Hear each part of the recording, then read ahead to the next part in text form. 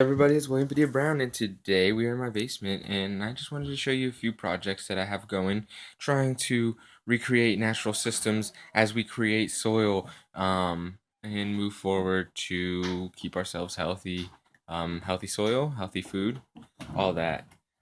So right now you're looking at a sign that one of our local artist friends made for us. We will just be taking this with us when we go to our festivals. Our friend is Ali Ozapov. She's a great local artist, great friend, and you can find her on Instagram under the Intergalactic Jungle. So we'll go ahead and I might as well start over, all the way over here through our laundry room. Excuse the mess. Got lots of this green plastic. It's a little bit dark back here, but we're setting up. I don't even know if you'll be able to see. But there's a closet there, and once I get a light, I'll show you guys better. But we're setting up a Rishi closet. Where we're gonna have less airflow, so the CO2 builds up, and we can actually produce antlers over there. So over here, we have two 3-gallon pots where we're experimenting with open air fruiting of the King Stropharia mushroom, the Stropharia rugosa annulata. We have it growing on composting wood chips in here. It's fully colonized. Once it's fully colonized, we cased it with worm compost.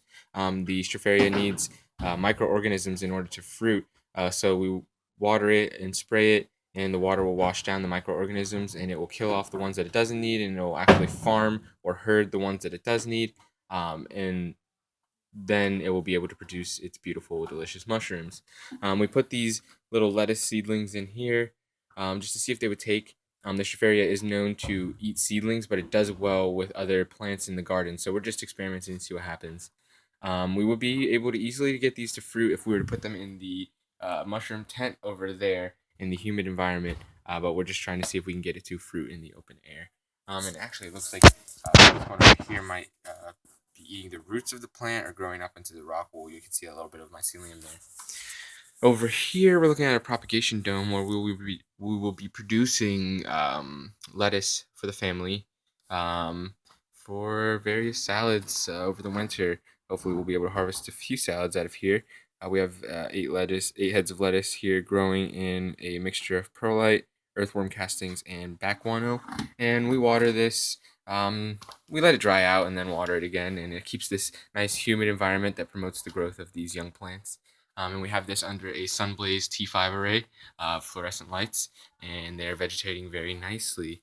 So now we're moving on to the insect portions of our projects down here in the basement, and we're looking at the nursing tank, the nursing aquarium for our common brown house crickets, or the Archetta domestica. Might be a little bit hard to uh, get a view of one of these pinheads. That's what we call the smaller crickets. Um, but they're in here. Some of them are down in this bedding of sawdust pellets. They have a large amount of food for the amount of small crickets that are in there, and they're getting their water from the fruit that I'm putting in there. So yeah, once our crickets have bred out and laid their eggs, we try to separate some of the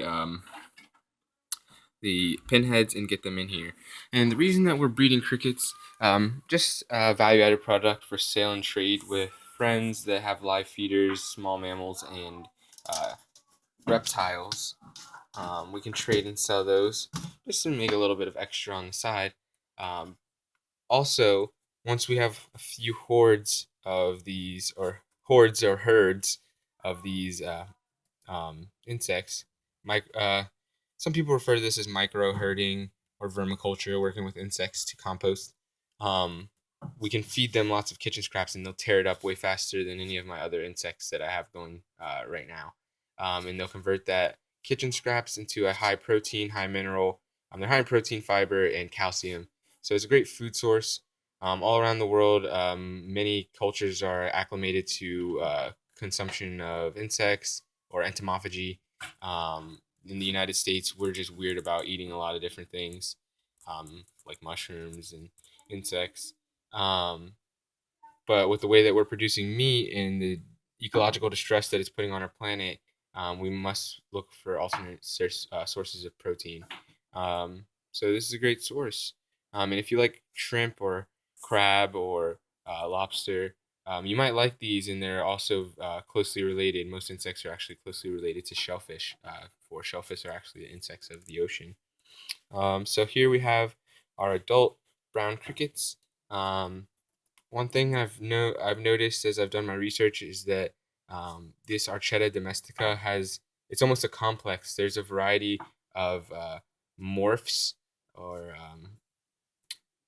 for lack of better words, we'll see the same species of Archetta domestica that's completely black, some that are completely brown, some that are spotted like this, or speckled with brown and beige. Um, so that's very interesting. I mean, with people keeping them in different environments all over the world, feeding them different things, um, of course they're going to be uh, inclined to evolve or mutate. Um, so I think it'd be interesting to try and get as many different types of these brown crickets from as many different sources and interbreed them for healthy, vigorous genetics. Um, We are actually giving them water in here rather than in the other container where they're getting their water from fruit. Under this coconut here, we have a little dish with a wet paper towel that has a little bit of spring water and ormus. I prop it up a little bit so they can crawl under, but there is also a little entrance hole there. Um, oh, and then there's this reishi mushroom that I put in here for decoration, but I have caught a few of them actually eating the reishi mushrooms. So they're full of good food and medicine, great food source for any of your pets or yourself. So if anybody's interested in buying any of these crickets for their own consumption or for their live feeders, feel free to contact me at apexgrower@gmail.com. So we have our adult brown crickets, our juvenile pinheads, and we have some more down here, but we'll just move on as we go down. Here we have our superworms, Zophobus morio. These are a larvae of a darkling beetle. Here's one that has its head buried in a shiitake stem. They love mushrooms. Most of these larvae are actually in their native habitats will be eating leaf litter and decomposing wood. So I've been using a sawdust base mixed with some of these grains, a little bit of meal, potatoes and apples for water, and then feeding them lots of fungus, mushrooms, just to keep them healthy and feed them things that they would get in their native habitats. And here, this is a more industrial-esque project. The bedding is shredded paper, and we're feeding mealworms styrofoam. We have apple in here for them to get their water source and a little bit of plants, just to make it a little bit more homey for the organism. Have other living organisms around. They're kind of dying off now. They can eat them if they want.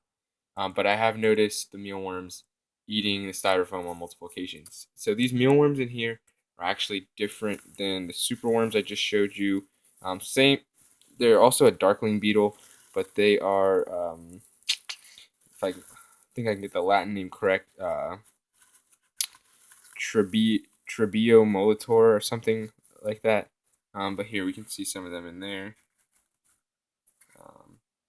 These are also a very nutrient-rich food source for humans as well as live feeders for anybody that has reptiles. So in here we have the ones that will sell for sale and trade for entomopagy and for live feeders. These ones are living in cereal, grain, oats, and flaxseed meal, and they're fed mushrooms and apples, as well as other food scraps. But I try and give them a high some food scraps that are high in water, like apples and potatoes. But I don't go out of my way. I just give them what I can. And then down here, a bedding of sawdust, and then just a block of mycelium in here that got infected. And we're just gonna see if they'll eat through this block of mycelium. These are the same mealworms. So over here, we're moving into the permaculture, the worms. We have the Asenia fetida, the red wiggler worms. This is our breeding bucket where we intermingle the worms that have been in the different bins all year.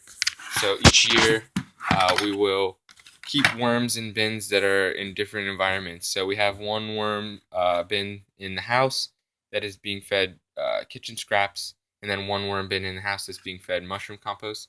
And we have one worm bin outside that's being fed mushroom compost, leaf litter, and kitchen scraps. And then we just take worms from all of those once a year and put them in a breeding bucket so that we can get an intermingle of genetics. So here, this bin is the one that we feed kitchen scraps, and this bin is the one that we feed mushroom compost. I'll pause it and show you guys what it looks like in there. Recently harvested soil from this, and I replaced a lot of the soil that I took with some of this shredded paper. So they'll eat through that as well. And I just bury some kitchen scraps along. I used to feed on one side and then harvest from one side, but now I just feed in the whole bin. And then I aerate it and feed more. And then once I have like a nice homogeneous soil, I'll harvest from that and add some more bedding material. My worms did dwindle this year as I filled my schedule with lots of things and wasn't able to maintain all of my projects, but now we got that taken care of, so I got time to do all my projects and maintain all my organisms, keep them all healthy. So in here we have the bin that's just been fed mushroom compost, and we harvested lots of black gold from here, and we just fed them a little bit of shiitake stems, and they still have a little bit more organic material that they can break down in there. All this on the sides is all worm casting from them crawling around. So yeah, I'll set that back up. This is our micro-remediation unit here that we set up with the Stropharia. Let's see, that one doesn't want to come out. But we have the fungus growing on these composted wood chips, and we can pour water in the top, contaminated water, and cycle it through here to try and filter it out, utilizing the fungal enzymes that are water soluble to wash down. The water will collect here, and we can recycle it through, or we can use this as a testing bin and test the water to see if we have filtered out the contaminants that we're looking to get out of there. So we've been playing around with this year. We've got it to effectively clean up some E. coli. I'll do some more posting of our research with this on my website, mycosymbiotics.wordpress.com. And hopefully we can get a few of these up and running as we work on our constructed wetlands and hydroponic systems that are going to take over this rack here, so we can filter the water from our washing machine and utilize it. So in here we have adult crickets and juvenile crickets all together. They can't jump out of this cage. They can barely jump out of that one. And they're unable to crawl up the sheer walls of the plastic or the glass. So they're hanging out in here in a bedding of sawdust. They have their kitchen scraps over there. And most of them just hide out underneath these egg cartons. There's a little pinhead there. Oh, no, it went to hide. It's hard to get video of them. There's one. They're just so little. But, yeah, lots of insects, lots of composting, lots of sustainable ideas, technologies for a more environmentally friendly future and more environmentally friendly food production. So we might as well end it off with our longest going project, the mushrooms in the mushroom tent. So I'm going to go ahead and turn on the light in there because it is technically nighttime. I run the light at night to maintain the temperatures because it is warmer during the day. So I don't want them to get too cold, so I run the light at night, which does put off a little bit of heat. So I'm just going to go ahead and turn on the light and show you guys. Alright guys, we're just taking a look in the fruiting tent here. We have 13 shiitake blocks in here, and we harvested a few pounds off of these. Most of them have flushed twice. All of these on this rack have only flushed once. So we're going to go ahead and soak all of these again and get them to produce again. And then we're going to fill this up with oysters and lion's mane. And then we have all of our plants in here, and they're all doing well. And our king oyster is probably going to produce a few more times. We've only got about a pound off of this block. They do, we just cut X's in here like we would do for typical oysters, but I found that they need larger slices to actually fruit from. So they've only fruited out of these larger holes that we slit in here. So next time we run this, we're going to do it with larger slices. But we're only going to be doing king oysters on straw from now on because I really, really like this method. So yeah, our symbiosis tent, mutual relationships. I'm not able to produce this much mushrooms in here without this many plants in here. The plants don't produce that much oxygen, but the amount of oxygen that they produce is enough to balance out the CO2 that my mushrooms can still produce the way that they need to. So maintenance for everything all my projects that I have going on down here is very minimal. I come down here with kitchen scraps and throw them in different tanks whenever I have them. My kitchen is right up the stairs on the left, so it takes like 2 seconds to come down here and throw some kitchen scraps in whichever bucket needs it. And then the light comes on around 3 or 4 as the sun starts to go down. And I come in here maybe once every few days and spray, but the humidifier keeps it moist enough in here that I don't really have to continue spraying. And the plants in here keep enough oxygen in here that I don't really even have to open it. So I just come down here a few times a week and check in this and harvest mushrooms. And then if I'm running shiitake, I soak it whenever they flush. Other mushrooms I just leave in there and they just keep fruiting. So yeah, working on more permaculture projects, making my house a little bit more sustainable, discontinuing throwing away trash, utilizing our paper waste that comes in for cultivating fungi, and utilizing all of our kitchen waste for composting and creating biosoils, as well as creating proteins that can be utilized for other sources. That's my main focus here. I don't want to throw stuff away. I want to maximize on the resources at hand. And I also want to develop learning models for my son as he grows up. He's 1 year old right now, and we're going to be homeschooling him. So I want to have various models in our own home to show him and teach him with. So some more projects to be looking out from me this year. We have a water tank in the backyard, an extra water heater about this size that we're going to be converting to produce biofuels, biodiesel specifically from oils. So we might be bringing that a little bit closer to the back. We're probably going to be doing that out back. And we're going to be working on aquaculture at Seppi's place, as well as setting up a mushroom lab over there. And we're working on some more fruiting facilities in town. We had to shut down the Hummelstown headquarters this month just because it was 40 minutes away from my home, and it was just taking a toll on me with gas and cutting down on the time for all my other projects. 40 minutes there and back is a lot out of my day when I have lots of projects going on down here, as well as a lab upstairs, and running around town trying to make sure that everything's in place for next year as we set up for gardens and cooperative food production, so that we don't have to spend so much money on food next year. So if you like this video, hit the thumbs up, share on Facebook and Twitter, and all your favorite permaculture blogs, insect blogs, mushroom blogs, anything like that.